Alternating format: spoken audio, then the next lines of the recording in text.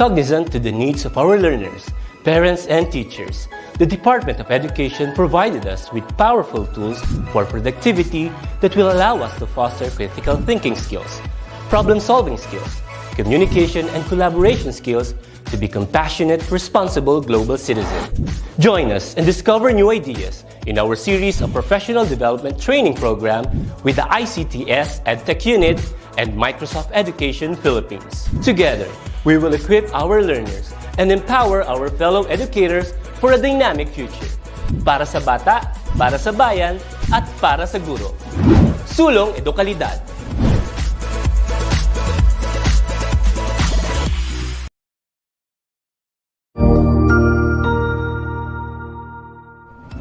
Magandang araw, Sir Wilbur po, at your service. Narito ang ETUlay upang gabayan ka sa inyong pag-aaral upang lubos na maunawaan ang iba't ibang paksa o subject. Ang ETUlay ay isang free online tutorial class na pinangungunahan ng ICTS Educational Technology Unit sa pamumuno ni Undersecretary Elaine Del B. Pascua. Ang programang ito ay hindi lamang para sa mga bata, kundi ito rin ay magsisilbing gabay sa mga magulang at mga guro kung paano nila ituturo o gagabayan sa bawat asignatura ang kanilang mga anak o mga estudyante. Sa kasalukuyan, ang self-learning module mula sa rehiyon ng Calabarzon at kilala sa tawag na pivot ang ginagamit sa ating ETUlay online class. Kaya ano pang hinihintay ninyo? Ihanda na ang inyong mga ballpen o lapis, papel o kwaderno at samahan kaming itulay ang pagkatuto para sa bawat batang Pilipino. Sama-sama tayong magtutulungan para malampasan ang mga hamon sa panahong ito. Halina't matuto kasama ang inyong online tutor sa oras na ito.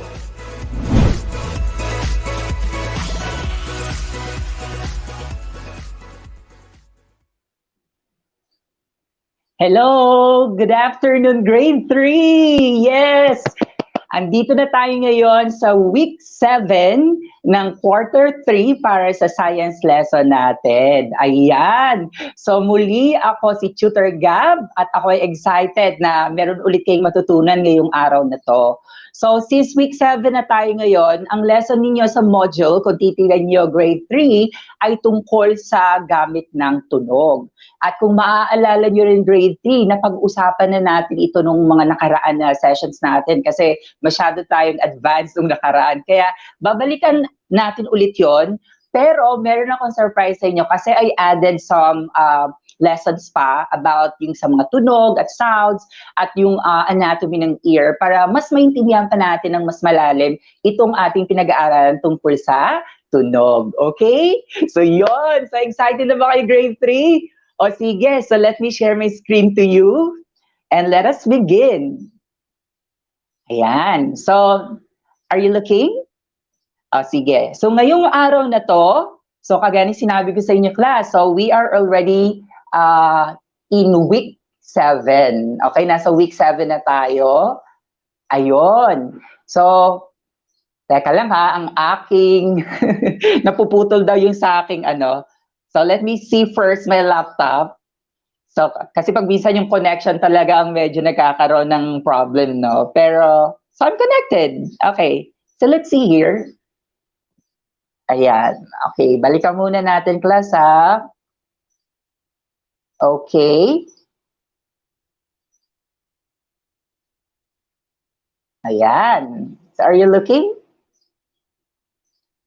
So, tinitingnan lang muna ni Sir tong ating, ating presentation kasi parang nagpuputol-putol daw. Ayan, ayan na. O, sige, so are you ready, class? So, let us begin. So, muli, sinasabi ko sa inyo, ang pag-aaralan natin ngayong class ay tungkol sa gamit ng tunog. O sa English, we call this as sound, diba? So, alam ko, hindi na bago sa inyo to kasi nga napag-usapan na natin dati yung tungkol sa gamit ng tunog, okay? Pero, meron tayong twist ngayon, okay? So, ano ba yung sinabi ni Sir na surprise para sa inyo, okay? So, bago ko sabihin yun, muli, ngayong Quarter 3 at Week 7, sa araling ito, inaasahang mailalarawan mo ang gamit ng mga tunog sa ating pamumuhay. at kung paano ito nabubuo. Ayan. So, di ba meron tayo doong kasunod na, ang tawag dito, na nung nakaraan kasi basta napag-usapan lang natin yung mga tunog, saan to nanggaling, tapos kung ano yung gamit ito sa pang-araw-araw na buhay. Di ba, grade 3? So ngayon, paano ba nabubuo yung tunog? Okay? So are you ready, grade 3? O sige, so tingnan natin na. Okay, so let's see. I'm looking at your comments right now. Hello, everyone. Okay, so grade 3, when you think about sound, so remember we're talking about tunog or sound in English, what's the first thing that pops into your head?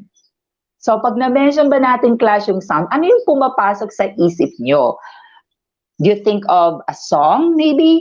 Or maybe a school bell? So what do you think? Pag naririnig nyo class yung salitang sound or tunog, ano yung pumapasok sa isip ninyo? Sige nga, I'm looking at your comment right now, your comments. So, pag nakinig nyo yung salitang sound o di kaya ay tunog, so ano yung pumapasok sa isip nyo, grade 3? Okay, so right now we have your Kurt song, sabi ni Gabriel Sexon. Very good. So, si Kurt naman, grade 3, okay, from Hagonoy West, yes. Vehicles po, sabi ni Yana, very good. Sabi ni Eden Songs, okay, a bird, sabi ni Eleka. Okay, very good.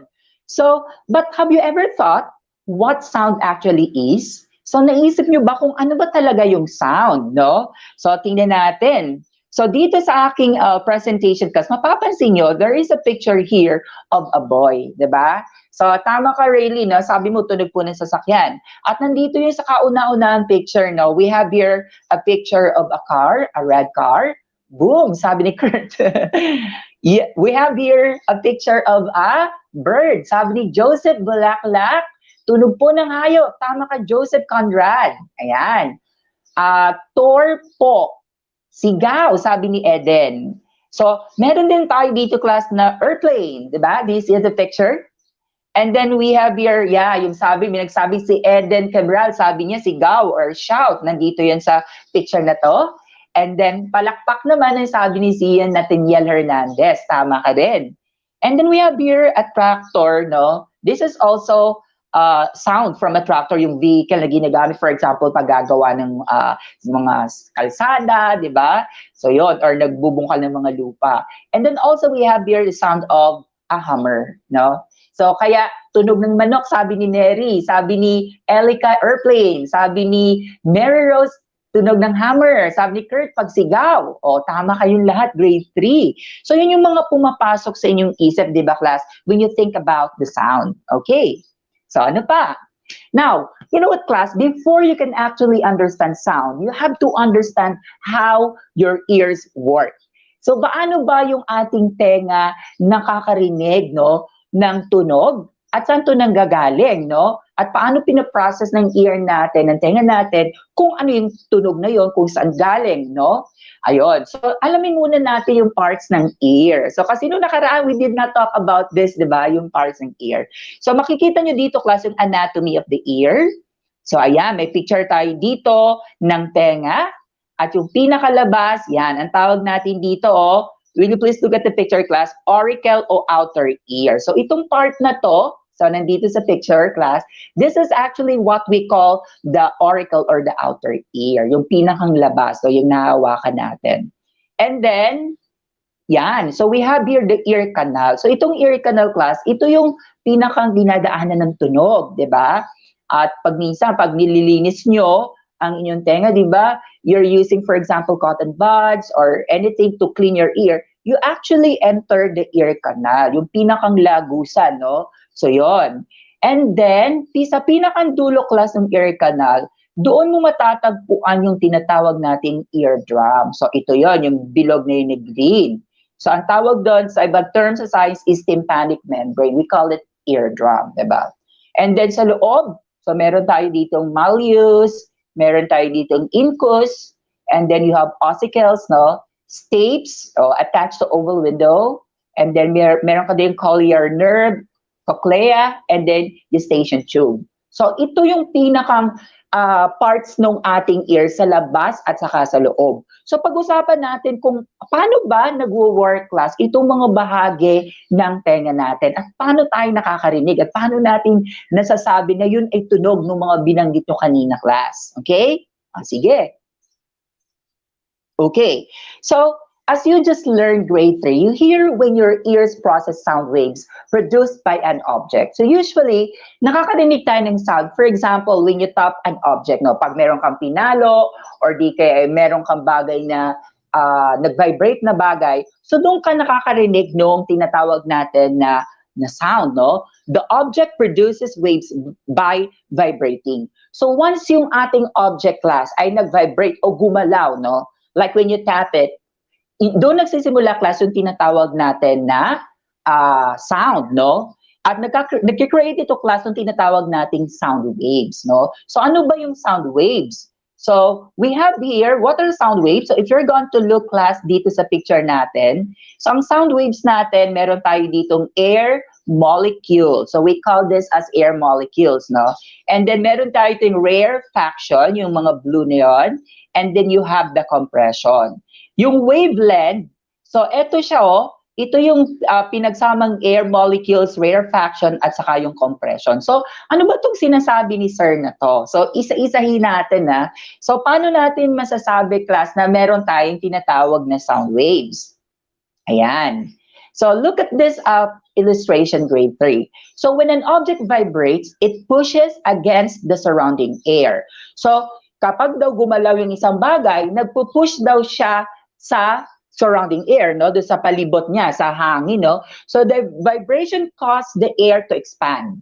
So kapag, for example, nag-vibrate, so for example, when I clap my hands like this, so nag-vibrate, diba? So meron ka dito class na yung air mo doon ay actually nag-expand siya. So nag-expand siya. Pag ganun mo siya, nag-expand yung air, at ang tawag natin sa expansion ng air class is rarefaction, no? So pag nag-expand your air and then nag-compress siya, this causes areas of high and low pressure as the sound moves towards your ears in the form of waves. At doon, pag ganun mo, magkikreate siya ng parang, kumbaga di ba sa dagat makikita mo kapag umaalon, di ba? Mapapansin mo, kapag umaalon sa beach, di ba, sa dagat, habang papalapit sa'yo yung waves, nakikinig mo yung sound niya, di ba? So, parang kagaya din class dun sa vibration. So, the more yung sound na yon o yung vibration malapit sa ears mo, mas nakikinig mo siya class ng mas malakas. Okay? Yon. So, maliwanag ba yung class?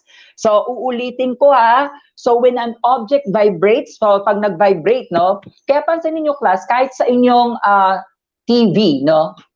Pag kayo nanonood, when you touch the television, di ba, you hear sound. You actually feel something na parang nag-move yung television nyo. Kasi hindi class mag-create ng sound ng isang bagay kapag walang vibration o yung tinatawag nating paggalaw, di ba? Kahit yung ating earpods, no, like the one I'm wearing, yung ating headphone, yung pag kayo nakikinig, di ba, when there is sound, nakikinig mo parang gumagalaw yung earpods. So yung paggalaw na yung class, yun yung tinatawag natin class na vibration. So tama ka, Gabriela Manila, no? So nag-start yung ating sound kapag meron tayong napaproduce na vibration, no? And the vibration causes the air to expand. So pag nag-expand yung air, so doon na yung tinatawag nating rarefaction at nag-compress, and then doon siya magkikreate ng high and low pressure as the sound moves towards your ears in the form of waves. Okay? So yon. So very good si Gingiwel Bulatao. Yan. Sabi niya, yung tunog daw ng alon sa dagat pag minsan malakas. Sama ka, Gingiwel, no? Especially kapag malapit ka talaga dun sa wave. Diba? Okay. So ituloy natin class. Now, paano nyo mas maiintindihan nyo class? So nakakita na ba kayo class ng slinky? So look at the picture. Meron ba kayong toy na ganito? So yung slinky kasi class, ito yung magandang parang illustration o para mas maintindihan mo kung paano yung wave or yung sound na reach yung ear mo. Di ba yung slinky? This is the slinky class, yung toy. Did you see this? Yan. So meron po, sabi ni Riley, so meron siyang slinky. As an example, picture a metal spring. Kasi di ba yung slinky, pag ginanon mo siya, yung pinakang spiral niya, nag-move siya papunta sa kabila, no?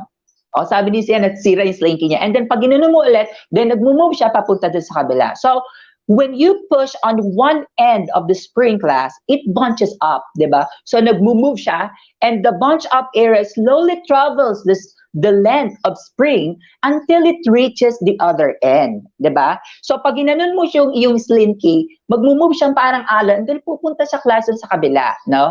And then, kapag naman minove mo siya sa kabila, and then mag-move din siya na parang wave papunta sa kabila. So this is like the areas of high pressure in sound waves. So parang ganun class yung pag-travel ng sound, di ba? Kaya tama ka, Kurt. Sabi niya, opo. Ayan. Okay. So that is the purpose of your slinky. As the spring continues to move, sa habang nag-move class yung slinky mo, the bunch of air will start to stretch out, no? This is like the areas of low pressure in sound waves. In other words, some areas bunch up and others stretch out as the wave travels from a vibrating object to your ear. So merong part class na siya ay yung tinatawag natin na low pressure, at meron tinatawag tayo class na high pressure. So, yung pag-wave, di ba kahit sa alon class, di ba kapag siya ay nag-move, yung alon, di ba may part na talagang super laki niya? And then little by little, unti-unting nagsasubside yung alon natin. So, parang ganun din class yung ating sound. So, meron tayong tinatawag class na yung high pressure at saka low pressure, no? Kagaya class nung ating slinky. So pag nag-move na siya, so malakas, meron siyang malakas, and then yung nadada niya mag-slow, no? Magiging na siyang low pressure. So that's how your sound waves actually travel until it reaches your ear, no? Okay, so tuloy natin grade 3. Okay, so syempre, pag kayo class ay nakakarinig, di ba? Pag minsan yung naririnig nyo, it's actually too loud, masyado siyang malakas, or sometimes class, it's actually too soft, or masyado siyang mahina. Or pag minsan, masyado siyang mababa yung tono. Or pag minsan naman, it's too high, or high pitch, di ba?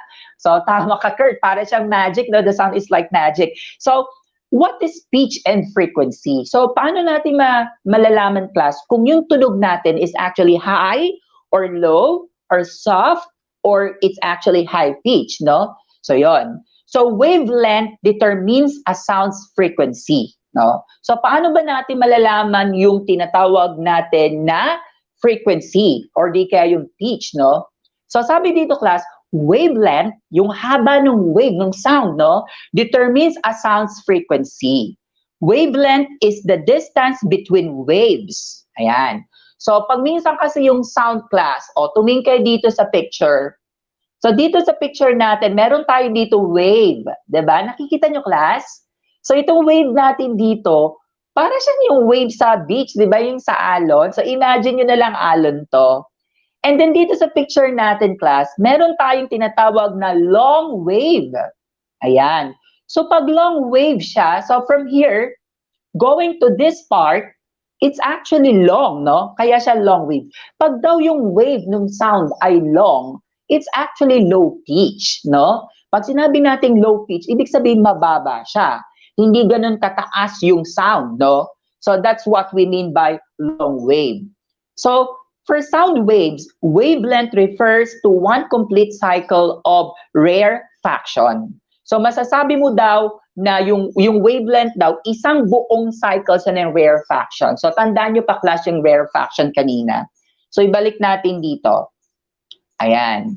So yung rarefaction, ayan. So ang sabi dito, class, the vibration caused the air to expand. Yung pag-expand nung air, no? Nung air, yun yung tinatawag nating rarefaction. So sabi dito, class, ayan. Wavelength refers to the complete cycle of rarefaction. So yung pag-expand and pag-compress, that is actually a wavelength. So from here, we have here sa taas na picture, class, meron tayong long na wavelength at ang nakikreate ng class ay low pitch, mababa lang. Pero tingnan nyo yung picture dito, class, sa may ibaba. So meron dito, mapapansin nyo, masyadong madikit, no? Yung bawat wave, halos malapit siya sa isa't isa, diba? So, ibig sabihin, class, yung wave dito, yung sound dito is actually short, maikli lang siya. At kapag yung wave, class, is short or maikli, doon class yung tinatawag natin na produce ng high pitch, yung matinis o mataas, no? So tandaan nyo yung class ha. So kapag long wavelength, yung mahaba, no? Yun naman class ang nakikreate na low pitch, mababa lang. At kapag naman class, short yung wavelength niya, ang napuproduce naman niya class ay high pitch o mataas na tunog. Kaya sabi dito class, the shorter the wavelength, the higher the frequency of the sound. So, mas mabilis daw yung pag-produce ng sound kapag daw maikli yung wavelength. 'Di ba? Parang kagaya sa alon, 'di ba? Kapag masyadong malaki yung alon mo, 'di ba? Matagal siya bago siya dumating sa shore, 'di ba? Tandaan niyo class, tumingin kayo sa tabing dagat. Pag malaki yung alon, ang tagal niya bago ma-reach yung yung seashore. Pero kapag maliliit yung wave niya, ang bilis niyang ma-reach, no? Kaya sabi dito, the shorter the wavelength, the higher the frequency of the sound, no? So ibig sabihin nito class, mas matinis talaga kapag yung short lang yung kanyang wavelength. Okay? So naiintindihan ba class si Sir? So tandaan niyo class yung yung mga sinasabi ni Sir dito na mga terms, kagaya class nung pitch. Ang pitch kasi class is the highness or the lowness, no, of sound. Yung tinis o yung taginting o yung pagbaba ng tunog, ang tawag natin ng class is pitch. Okay? So remember the word. Ayan. So yung frequency natin class is measured in hertz or Hz. So di ba, ano ba yun? Ano ba yung hertz na yun? 1 hertz correspond to the cycle, in this case, 1 sound wave per second. So, tandaan nyo class, pag kayo bumibili, para maintindihan nyo yung hertz, yun yung ginagamit nating term sa frequency. Di ba pag minsan pag bumibili kayo ng isang bagay, kinikilo nyo halimbawa yung bigas, halimbawa, o asukal. So, ang ginagamit mong term para masabi kung gaano kabigat is kilogram. So, yung pag tinitimbang mo class yung weight. Sa sound class, ang ginagamit natin class ay hertz naman, or Hz, no? So, sabi dito yung 1 hertz corresponds to 1 cycle, in this case, 1 sound wave, no, per second. So, sa isang segundo class, so, dun mo sinusukat class yung tinatawag natin na hertz, no? Isang cycle siya ng sound wave. So, kaya frequency determines the pitch of a sound. So, yung daw frequency, yung kung gaano ka tinis or kababa yung sound, yun daw yung magsasabi ng pitch ng isang tunog, no? Masasabi mo daw class na pag high pitch yung sound, yung matinis, no? It means it has high frequency. Mataas yung frequency niya, no? Pag mataas ang iyong pitch ng voice, mataas din ang iyong frequency. So, tandaan nyo yung class. Kapag naman low pitch o mababa yung sound, yun naman frequency niya class is also low. Do you understand it? Ayan. Kaya dun sa picture natin, mapapansin nyo, di ba? So, dito, yung long wavelength, siya ay low pitch, at yung short wavelength naman class, siya ay high pitch. Okay? So, naintindihan ba si Sir? Okay. So, ituloy natin ha. Now, I want you to imagine. Okay, we have here a picture of a rabbit, and the rabbit is actually playing a guitar, no? A bass. This is actually a bass guitar. So, imagine a very deep note, yung mababa, no? One that would come from a bass guitar or a key at the lower end of a piano. Di kaya kahit sa piano, di ba? So, pag nagpa-piano, merong mababa yung sound niya, yung parang pang-horror pa yung sound niya. So, this note has low frequency. That means it's low pitch, no? So, kaya yung bass guitar class, yung kanyang pitch is actually low pitch. Kasi siya ay meron siyang low frequency. So, naiintindihan ba, class? Ayan. So, yun ha. So, yung tunog ng bass guitar, that is actually low pitch.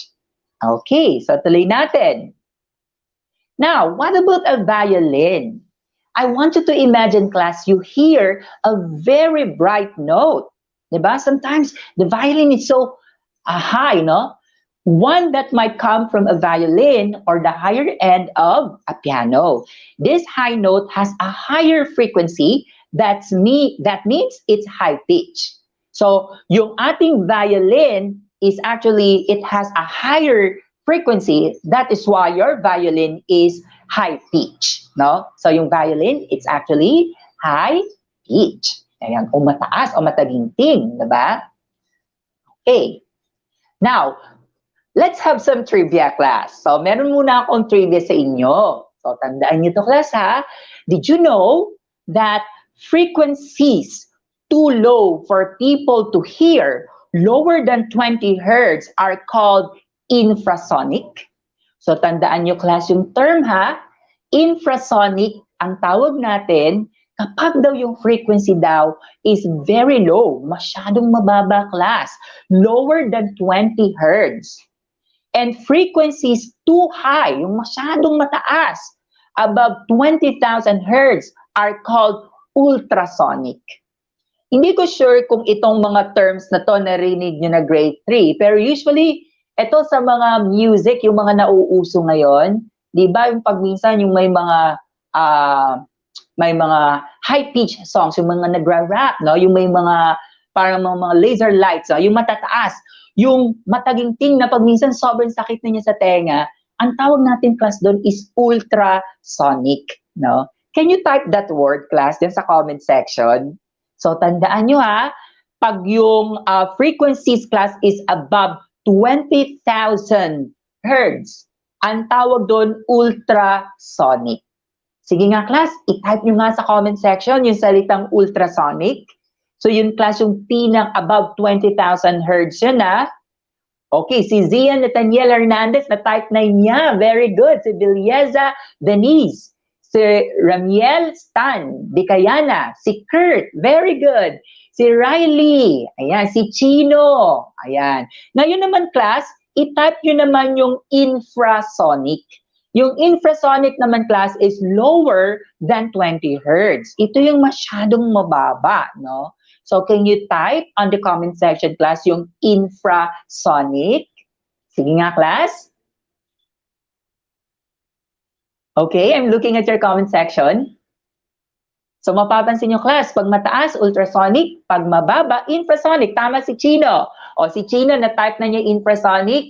Bilyeza, okay. Infra, class, is INF. It's letter F, not P. Okay. Si Villena, si Kay. Ayan. Si Neri. Si Lord Janray. Hello, Lord Janray. Si Crystal. Ayan. Si Gabriela. Si Joseph. Oh, si Gabriel. Infrasonic. Very good. So, tandaan nyo yun na yung two terms na yon. So, ginagamit natin yon sa frequency na masyadong mababa, yung tunog na masyadong, it's okay, Emmanuel Gonzalez, abot ka pa, okay? So, makinig ka lang, ha? Ayan, sige, bumaba yung camera ni sir. So, pag mababa, class, lower than 20 hertz, ang tawag natin doon ay infrasonic. At pag masyado na siyang mataas, like above 20,000 hertz, ang tawag natin doon, class, is ultrasonic, okay? So remember the terms. Now, another trivia. Sabi dito, most humans, so tayo mga tao, can hear sounds between, so ito lang daw yung kaya nating pakinggan, class, ha, between 65 hertz and 23,000 hertz only. Okay? Yun daw yung kaya ng ating tenga, ha? But that doesn't necessarily mean that ultrasonic sounds are comfortable or even safe to listen to. So yun yung kaya nating pakinggan. Pero class, you have to be careful. Kasi kapag ultrasonic yung sound, it may cause damage to your ear. Kaya dapat talaga, class, alam nyo yun, di ba? So kung gaano ka katindi, kung kapag yung sound, class, is ultrasonic, you have to be careful. Okay? So yon.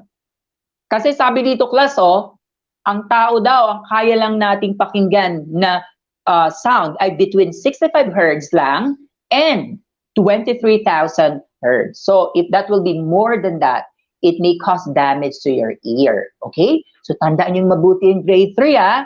Okay. What about for dogs? So, akala nyo tao lang, ha? Most dogs can hear sounds between 65 hertz to 45,000 hertz. Dog whistles have very high frequencies. When you blow one, dogs go crazy, but people can't hear a thing. O, diba, class? Yung aso pala, kaya niyang makinig yung sound between 65 hertz up to 45,000 hertz. Naku, pag tao yan, di na natin kakayanin yan, class, diba? O, anong sabi dito? Ang mga dog daw, class, nagwi-whistle sila ng very high frequencies. When you blow one, dogs go crazy. So kapag daw nag-whistle, pwedeng, but, you know, dogs go crazy, but people can hear a thing, diba? So yon. So, diba, ang galing-galing ng mga dogs, no? Kaya pala ang mga dogs, class, konti kaluskus lang, diba? Mabilis silang maka-absorb ng sound. Because according to this trivia class, dogs can hear sounds between 65 hertz to 45,000, no? Diba? Ganun katindi yung mga dogs. Okay, so that's a trivia. Okay? So let us continue.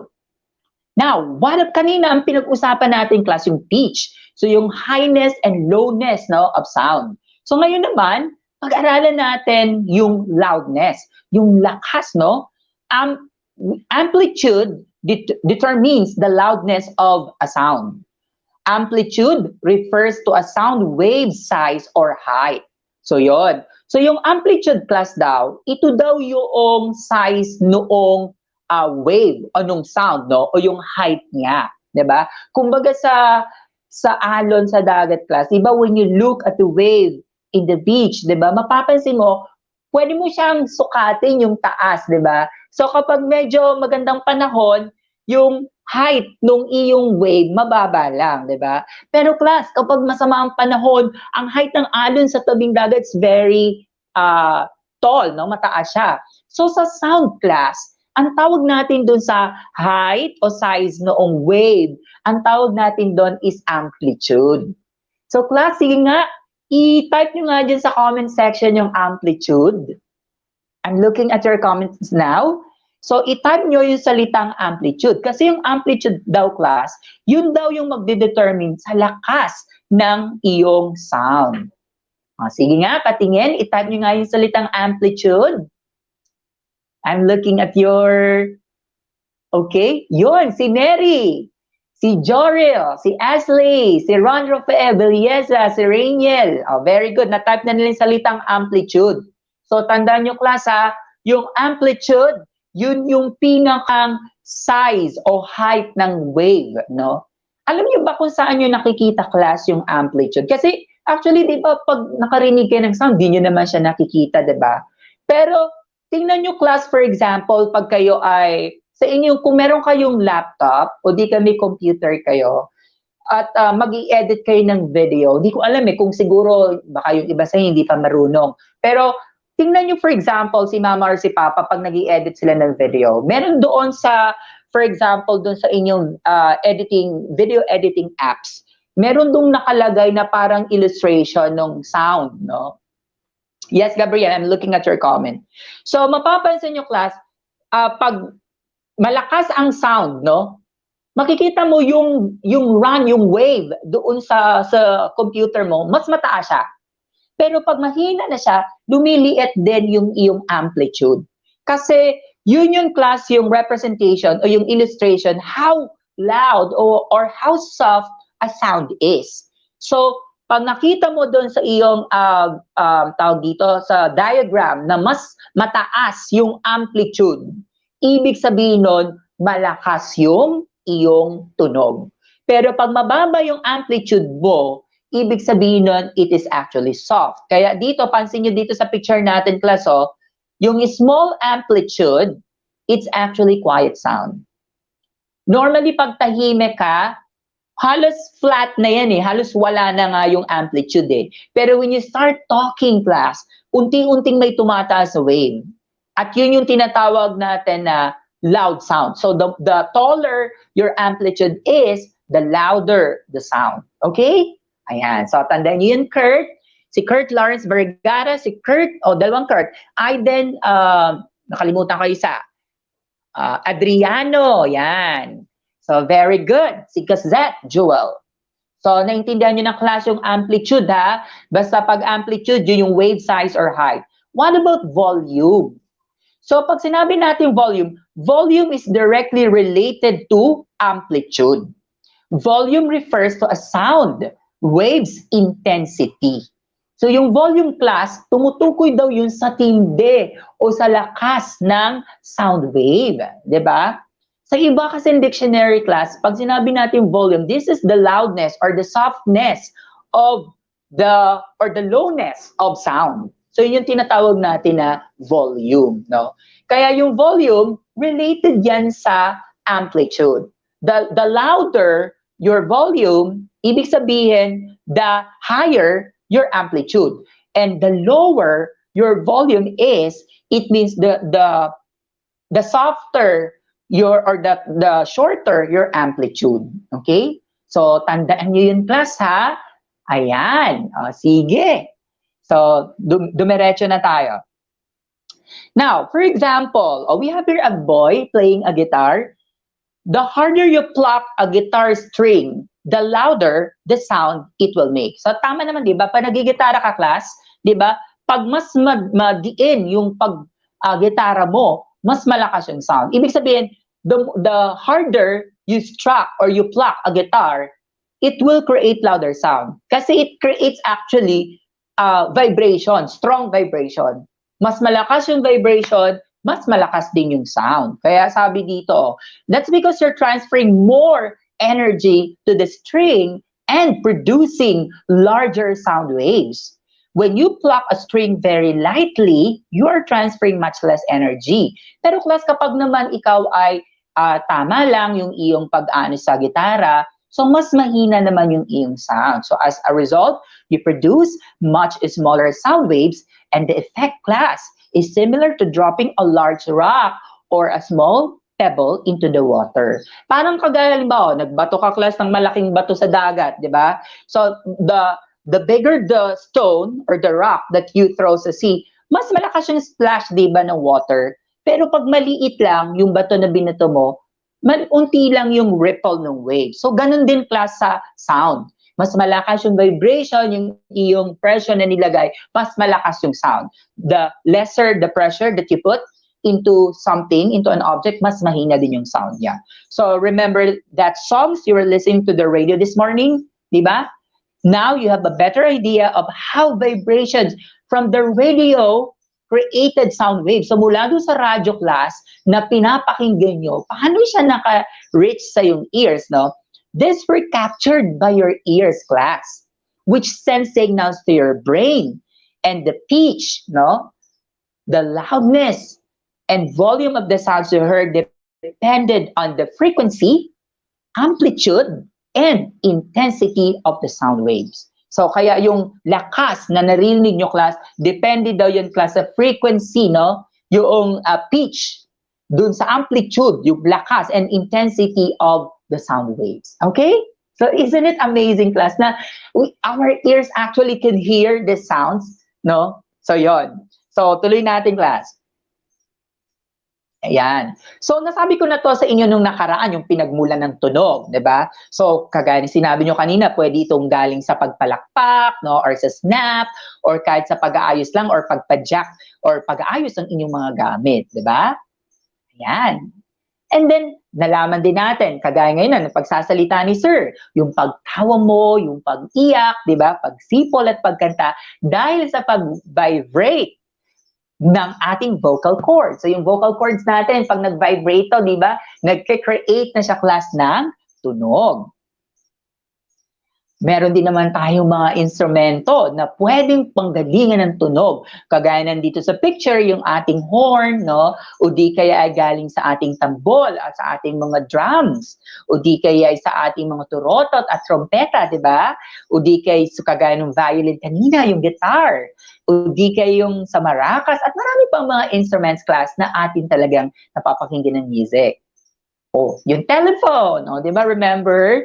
Yung telephone mo, yung radio, yung TV, yung cellphone, yung iyong alarm clock, yung bell, at even yung mga sound ng ating mga sasakyan. Yan. Even yung mga animals na favorite natin, like cat, like cow, no? So, different sounds, no? Pwede rin panggalingin itong mga animals na to. At ito nabanggit ko na sa inyo, di ba? Yan. So, ito, napakahalaga syempre yung pagsasalita, di ba? Yung pagkanta mo, o pakikipag-usap. So, yun yung, ito na class yung mga gamit ng tunog. So, yung una, yung gamit ng tunog class, yun, una, yung pagsasalita natin, ginagamit mo yun sa pakikipag-usap, di ba? So, kagaya ngayon. So, kung si sir, hindi marunong magsalita, paano ko to masasabi sa inyo? Paano ko to maituturo sa inyo? Kaya ito yung gamit ng tunog. Napakahalaga, di ba? Kaya yung ibang nahihirapan class magsalita, nahihirapan talaga sila makipag-usap, di ba? O, yung iba naman, ginagamit natin para malibang, kagaya ng pagkanta, di ba? Okay. O yung iba, ginagamit nating senyales o babala sa panahon ng sakuna, gaya ng dindol, bagyo, at tunog ng truck ng bombero. Nagpapahiwatig ng sunog, di ba? Kaya yun. Okay, sa tandaang mabuti ha, ang dami talagang gamit ng tunog, di ba? So yung ambulansya, pag nakikinig kang may ambulansya, yun ay nagsasabing, dapat sila ang maunang makadaan dun sa daan kasi posibleng may emergency, merong may sakit, kailangan ng mabilisang paggamot. Kaya isa pa rin pwedeng gamitin natin ng tunog para magbigay tayo, nagpapahiwatig na bigyan daan, no? Lalo na yung mga ambulansya kasi yun ay para naman mas matulungan natin yung nangangailangan. Okay? Tunog ng kampana, o yun, ibig sabihin, simula na ng misa, o di kayo may kinakasal, di ba? Okay. Tunog ng alarm clock. So, pag nahihirapan gumising sa umaga, mag-alarm clock. So, yung tunog nun, yun yung gumigising sa inyo. Diba, class? O, yun, kagaya din ng busina, na ibig sabihin may paparating na sasakyan. O, mahalaga ang tunog. Pero, class, tandaan, huwag masyadong malakas. Diba? Yung sinabi ko kaninang ultrasonic sound, medyo hindi yun maganda sa ating pandinig, maaring makasira yon. Yung infrasonic, tama lang yon, no? Pero sometimes, kapag yung sound na masyadong mahina, hindi mo naman siya nakikinig. So, dapat yung tama lang, class. Okay? So, you're correct, Kurt. Crystal Joy? Yes. Si Neri Delusong. Yan. Very good kayo. Okay, question and answer. Are you ready, class? Let's answer this. Number 1. English to class, pero ita-translate na lang ni Sir sa Tagalog. Okay? So, when something blank, it moves back and forth quickly. A, echoes. B, vibrates. C, rattles. So kapag daw ang isang bagay, kapag ang isang bagay daw ay nag-blank, yun daw ay parang pwedeng tumaas baba or pwedeng pumunta papunta at bumalik at nagkikreate siya ng sound. So ano kaya dito ang tamang sagot? A, echoes. B, vibrates. C, rattles. Sige nga. It moves back and forth. Like for example, I tap like this. Ayan. It moves back and forth, no? So, anong nangyayari dito? May nakikinig ka at yun ay dahil sa letter. Okay. Sabi ni Kay, Nicole, B. Sabi ni Kurt, B. Sabi ni Chino, B. And you are correct. It actually vibrates, di ba? So, nag-back and forth siya. So, tama ka, Ryan. Nadine, Sian, ayan, Samantha, so nagba-vibrate siya. It moves back and forth. At kapag siya ay nag-vibrate, alam niyo na, magkakaroon tayo ng sound. Number 2, class. Sounds cause the blank to vibrate and send a message to the brain. Sounds cause the blank to vibrate. Alin kayang nag-vibrate sa atin, sa ear natin? Is it A, eardrum? Remember, yung, di ba kanina tinuro ko sa inyo yung part? Yung pag pinasok ko yung cotton buds, yung pinakang dulo doon na para siyang, ano yun?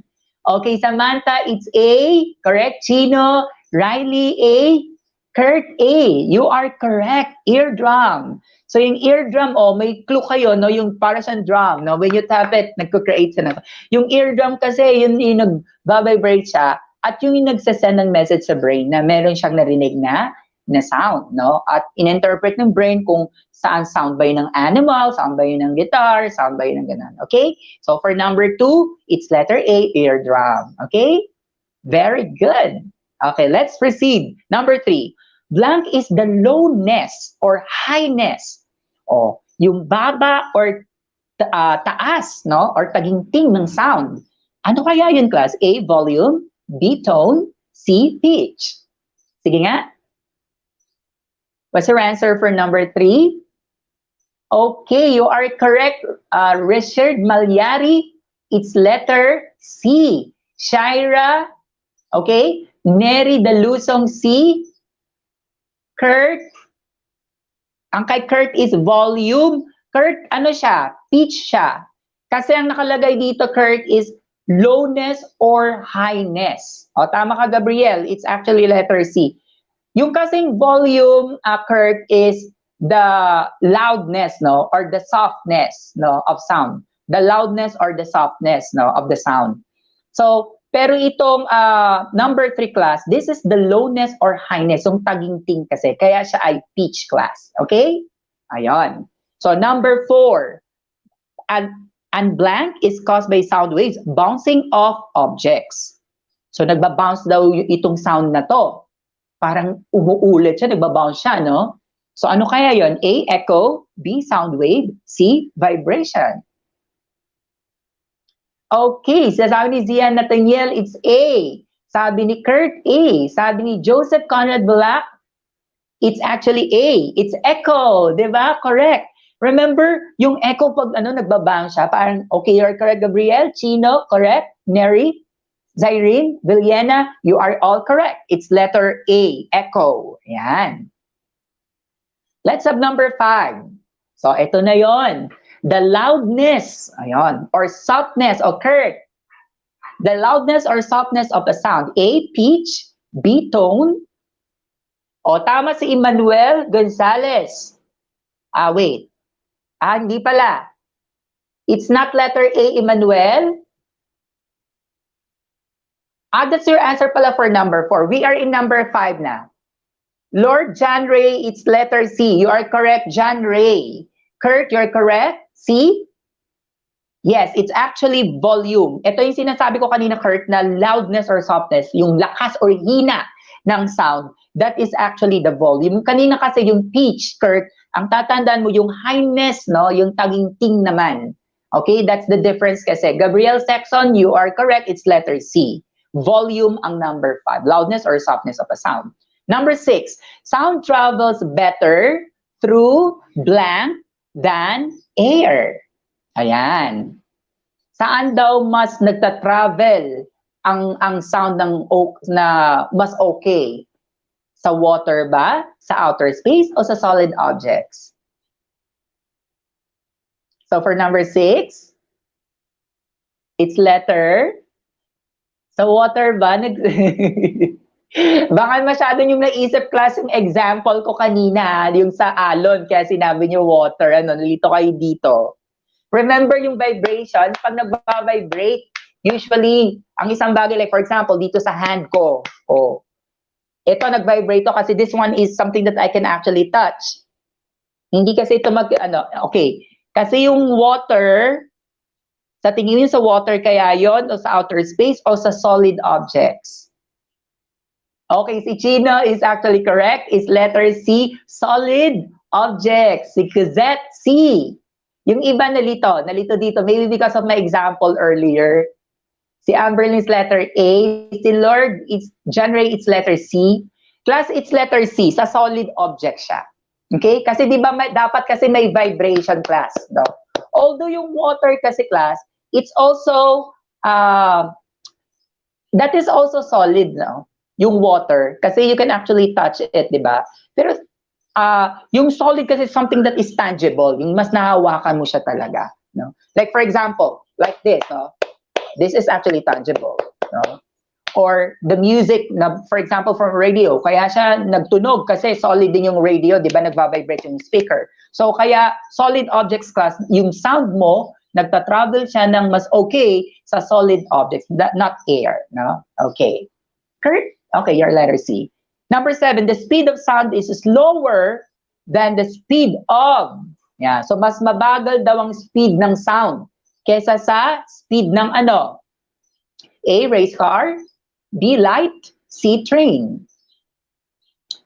7, ano kaya? So, medyo tricky itong number 7, no? Alin kaya ang mas mabagal ang takbo nung ano, yung speed ng sound ba ay mas babagal sa race car, sa light, o sa train? Ayan, for sure, medyo tricky to eh. This one is actually tricky din. The correct answer for number 7 is, it's letter B. Ayan, Gingiwell, it's letter B. It's actually light, no? Trian is A, Emmanuel is C. Oo, medyo nalito kayo. Hindi ko masyado nabigyan diin ito kanina eh. Si Lord John Ray, ang sagot niya is letter C, train. Oo, madaming nalito dito. Kasi class, yung sound kasi, kung i-compare mo kasi yung sound, halimbawa sa race car, actually, mas mabilis pa rin class yung sound ng race car, ng sound, kesa sa race car, no? At saka sa train. Mabilis kaya ang sound. Di ba, tingnan mo, pag ngayon, pag bitaw mo na, for example, nagsalita ako, kinig mo agad siya, no? Mas mabilis yung sound, yung pag-produce ng sound, kesa for example sa race cars or what, or sa train. Pero ang pinakamabilis talaga, yung light. Kasi ang light, di ba, isang ano lang andyan agad sa'yo. Like for example, yung flashlight. Pag buhay yun, nakatouch agad sa'yo, di ba? You understand it? Kaya class, okay, I understand, medyo na-confuse kayo dito sa number 7, pero yung speed of sound class is slower, mas mabagal siya sa light. Hindi ko para na-mention kanina sa inyo tong light eh, no? So the correct answer for number 7 class is letter B, light. Okay? Mas mabagal yung speed of sound kesa sa speed of light. Okay? Do you understand it? Don't worry, you're going to study this again when you become grade 4, 5, and 6, okay? Just giving you parang just an idea of what is a sound, speed of sound is. Number 8, we make sound when our blank vibrate. Number 8. So what's your answer? Number 8 is letter, you put number we make sound, so nagsasound lang tayo kapag nag-vibrate daw alin. A, vocal cords. B, throat. C, lips. You are correct. Chino, it's letter A. Crystal, it's letter A, vocal cords. Riley, A. Yan, so parang hindi kayo nalito dito. Nasabi ni Sir ito kanina eh. So halos letter A kayo. Very good. Crystal Joy, A. Okay, very good. So di ba yung vocal cords pag nag-vibrate siya, so nag-produce yan ng sound. Okay, very good. Number 9, the source of the vibrations. The source of the vibrations, the louder the volume the sound will be. Ayan. So kapag daw yung pinanggagalingan daw ng vibration ay A, quicker, farther away, or closer, the louder the volume. What's your answer for number 9? Is it the quicker the source? Is it the farther away? Mas malakas daw kasi yung volume kapag, quicker siya, farther away, o closer? The quicker the source of the vibrations? It's actually letter C, closer. Si Chaskell, correct? Si Gingiwell, letter A, nalito. Okay, it's actually closer. Di ba mas malapit yung source ng vibration ay mas malakas yung sound, di ba? Kaya class, it's actually letter C, closer. No? Si Chino, correct? Si Crystal, si Shaira, correct? Si John Ray, Lord John Ray de los Santos, correct? It's actually closer. The closer the source of the vibrations, the louder. Di ba mas malapit? Halimbawa, yung speaker, mas malapit sa'yo. Mas malakas, di ba siya? Kaya the correct answer for number 9 is letter C. Okay? Number 10. If the force of plucking a guitar string is decreased, the volume becomes, yon. It's letter, correct, A. Tama si Kurt, A. It's softer. Kapag daw dinidecrease mo yung sa guitar, siya ay mas softer. Mas mababa or mas mahina yung sound, di ba? Okay, so halos tama naman kayo. Ngayon, sa number 10, it's actually softer kapag hindi mo masyadong binibira yung yung iyong guitar. Okay? Gabriel Sexton softer. Tama. Letter A. Si Nadine, A. Si Jaira, okay. Si Amberlyn, A. Okay, very good. Yay! So, very good kayo, grade 3. And again, marami na naman kayo ngayong natutunan sa ating lessons. At ito ulit ang ating mga nagagwapuhan na mga ayan. O, tingnan nyo. Ito yung mga nag-send ng picture. Si Kurt, sino pa to? Si Rachel. Ayan. So, tingnan nyo to ha. Si Rian. Si Gab. Ayan. Yung iba hindi pa nag-send ng picture. Meron pang nag-send pa lang mga girls pero hindi ko pa siya na-add dito. Okay? So, grade 3, maraming salamat ulit sa inyo. At ako'y natutuwa at tayo ay naging magkasama ulit. So, thank you so much sa inyong lahat. At ang kasunod ko mag-tutor ay si Tutor Cherry para sa Science 4. Grade 3, thank you so much and have a great day. Okay, grade 3? Goodbye, everyone. See you again next time.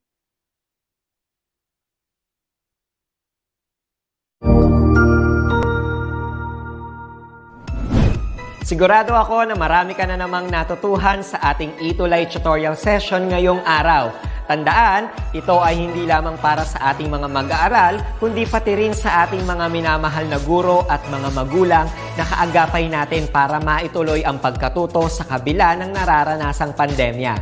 Patuloy ding sumubaybay sa DepEd TV para sa mga araling ginawang video episodes. Mapapanood ito mula Lunes hanggang Sabado, alas 7 ng umaga hanggang alas 7 ng gabi sa inyong mga telebisyon. Abangan bukas mula 1:00 ng tanghali ang iba pang aralin sa ating ETUlay free online tutorial session sa English. I-like and subscribe at manatiling nakasubaybay sa ating ETUlay tutorial session sa DepEd Edtech Unit FB page at Educational Technology Unit channel sa YouTube at sa DepEd Tayo at DepEd Philippines social media accounts. Paalam!